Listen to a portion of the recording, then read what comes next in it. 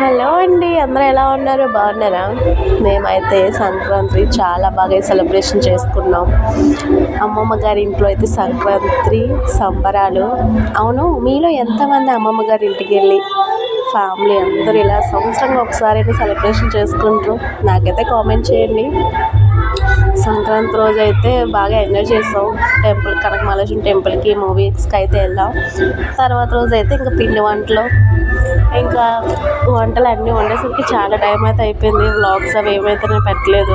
ఒక పక్క మా మమ్మీ పిండి అయితే జంతికలే చేస్తున్నారు, మా డాడీ అయితే పిండి అయితే కలుపుతున్నారు. ఇంకో పక్క చూడండి చెత్త అంతా.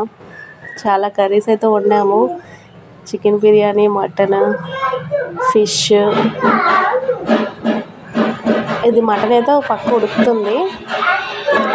ఇది వెజ్ తినే వాళ్ళకి ఫ్రైడ్ రైస్ అయితే చేసింది. తర్వాత ఫిష్ చేపల పులుసు, ఇంకా రైతాకైతే కలపాలి, చేపల వేపుడు, ఇంకా గారెలు, ఇంకా చికెన్ కర్రీ.